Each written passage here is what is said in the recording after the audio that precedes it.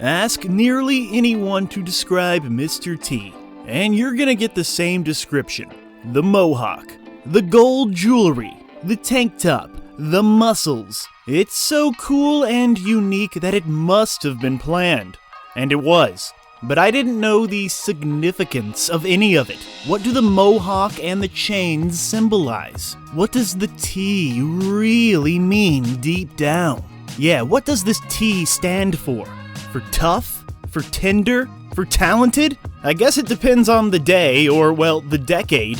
Because you could run into this guy at church, where he's gonna pray for your ass, or at the club, where he could whoop your ass. And ever since this man was discovered by Sylvester Stallone, he's always been a part of our pop culture. But is he still popping our culture now? I don't know, let's find out. What the f*** happened to Mr. T? But to truly understand what the f*** happened to Mr. T, we must begin at the beginning, and the beginning began when he was born on his birthday, 1952, Chicago. He was the youngest of a dozen living in the projects. And no, his real name is not Mr. T. His real name is Lawrence Terode. Little Lawrence would change his name to Mr. T in order to demand respect as a black man in America. Yes, anybody with the name Mr. T demands respect. R-E-S-P-E-C, Mr. T.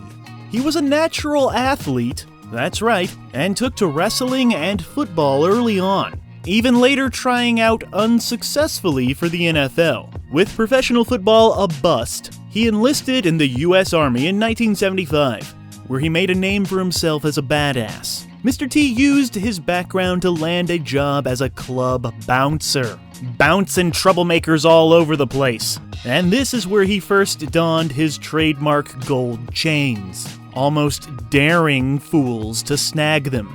He likened his bling to the shackles worn by his slave ancestors. So, wow, yeah, these, mean something. And his mohawk is inspired by the Mandinka tribe. Everything has meaning. It's not just random cool things. And because he loves his gold chains, in 2010 he did partake in a company that specializes in buying gold. Look, the dude hawked everything from car wax to title loans to socks to candy to credit cards to laundry detergent. Trying to get people to buy gold? Well, that gig, actually, it made sense. This guy was one of the best bouncers and bodyguards ever. To give you an idea of just how big and bad Mr. T was, check out his client list. He was protecting people like Michael Jackson, Diana Ross, Steve McQueen, Joe Frazier, and Muhammad Ali. That's right, this guy was protecting Muhammad Ali, who he snagged a lot of his mannerisms and poetic speech patterns from. But yeah, it's no wonder he was named the world's toughest bouncer. And that's why he got recognized by Sylvester Stallone, who just had to throw him into Rocky III. Mr. T actually already had a small selection of credits. He has an unnamed part in Blues Brothers, Penitentiary 2. You could also see this guy in stuff like Games People Play, Twilight Theater, Silver Spoons, Different Strokes, Alvin and the Chipmunks, Out of This World, Blossom, House of Mouse, Johnny Bravo, The Simpsons, and 1999's Inspector Gadget. And on and on and on and on. But yeah, 1982 was truly the year that the world began to recognize this man, when he played Clubber Lang, Rocky Balboa's main opponent. Mr. T brought a level of charisma and attitude and power that had rarely been seen in such form. Like Rocky, he just beat Apollo Creed, so we really needed somebody tough, somebody strong, somebody scary for this underdog to go up against next. Sylvester Stallone saw something in Mr. T, and this helped propel him into the stratosphere of the 1980s mainstream. Using his lovable mannerisms, his quirks, and his mic skills to flesh out Clubber Lang, making him one of the defining characters of the Rocky series. This too was the origin of the quote, "I pity the fool," the line most associated with this man, and it became one of the most recognizable catchphrases of all time in the history of everything. And if you disagree with me, I pity you because you are a fool. But yeah, I actually thought this catchphrase came from the A-Team, but that shows what I know. I know nothing. Speaking of the A-Team, the A-Team. Mr. T's momentum kept building as he was cast as the mercenary BA, which stands for Bad Attitude, in the NBC action series The A-Team, joining the cast and immediately becoming a standout character. Of note, Mr. T is a born-again Christian, and because of his faith, he decided to turn down a cameo in the 2010 movie adaptation of The A-Team. Because apparently this movie has a lot of sex and violence. And if you had a BA, Mr. T action figure, that probably wasn't the only collectible you had, as nobody just has one Mr. T piece in their collection. Sometimes you can find things like Mr. T lunchboxes, Mr. T toy guns, Mr. T cake toppers, Mr. T playing cards, Mr. T Halloween costumes, Mr. T Viewmasters, and my favorite, Mr. T Chia Pets. But yeah, you name it, and they found a way to put this guy's face on it. Oh yeah, and who can forget the cereal, which was a favorite of Mr. Pee Wee Herman. And then Mr. T was given a great honor, the greatest honor, his own animated series. Although it only ran for 30 episodes, it did have its place in the living rooms of children of the 80s all over the 80s.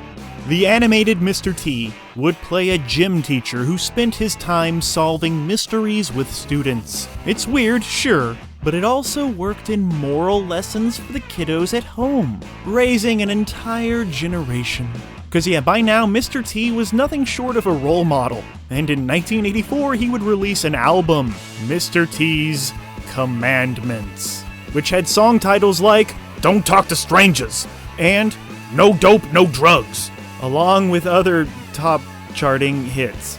This hit a peak with the video release of Be Somebody or Be Somebody's Fool, which featured lessons on good deeds and had a song called Treat Your Mother Right, which Mr. T has gone on record saying that this song is as good as Amazing Grace. Mr. T's other key small-screen role was on the show T and T, which ran from 1988 to 1990, right after the A-Team went off the air. While starring in projects like DC Cab and The Toughest Man in the World may not have worked out as he wanted, the made-for-TV Christmas special called A Christmas Dream with Emmanuel Lewis, aka Webster, is a straight-up bizarre and beautiful time capsule in the most wonderfully cringiest way possible. So yeah, by this point Mr. T had conquered pop culture. There was only one place left for him: the squared circle. At the inaugural WrestleMania in 1985, Mr. T teamed up with Thunder Lips himself, Hulk Hogan, coming out victorious in the main event. Something that bothered the actual wrestlers, who didn't think this actor earned the spot. But WrestleMania was a hit, helping mark a start to the WWE's, then WWF's, big annual event, and the celebrity ties that come with it. The next year, he had another fight, besting Roddy Piper in a boxing match.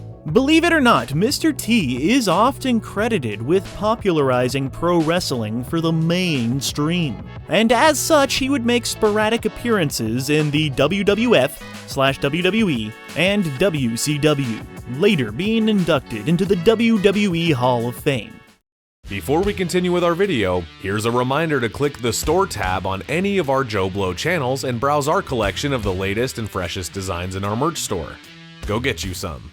But no matter what he's in, he's absolutely unforgettable. Like Alice through the Looking Glass, he's wonderful as the bearded lady in Freaked. You could see him as a helicopter pilot in Spy Hard.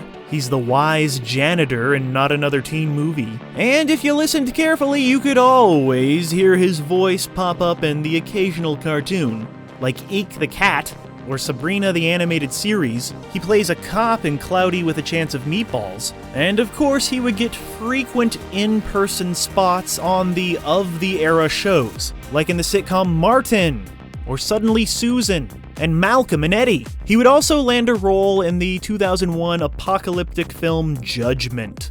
But as you can imagine, basically anything after the 80s was either a joke or a waste of his personality. Look, there's a reason there was once a Facebook petition page called 1 Million Strong for Mr. T in Expendables 4.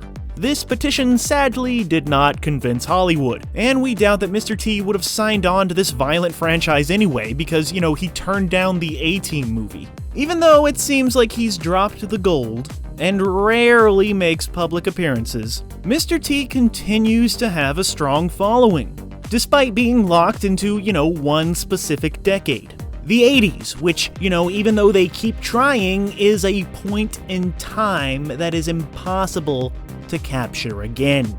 This is a guy who made millions off of his look and his sound. Just being himself, piggybacking off of his signature catchphrase to host a reality TV show called I Pity the Fool, and a video reel show called World's Craziest Fools. And in 2015, he premiered a home renovation show called I Pity the Tool.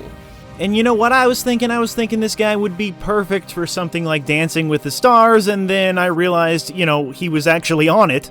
Eliminated third in season 24 after Chris Kattan and Charo. Nowadays, Mr. T seems to spend a lot of his time posting about his faith on social media, along with some motivational speaking, working with charities, and the occasional product sponsorship, like Skechers, where our hero is insisting that this shoe has always been spelt with a T. And yes, it seems like Mr. T has being Mr. T down to a T. So nobody should give a about what the happened to Mr. T because he's doing just fine. And I pity anyone who thinks different, and you know what? That makes them fools.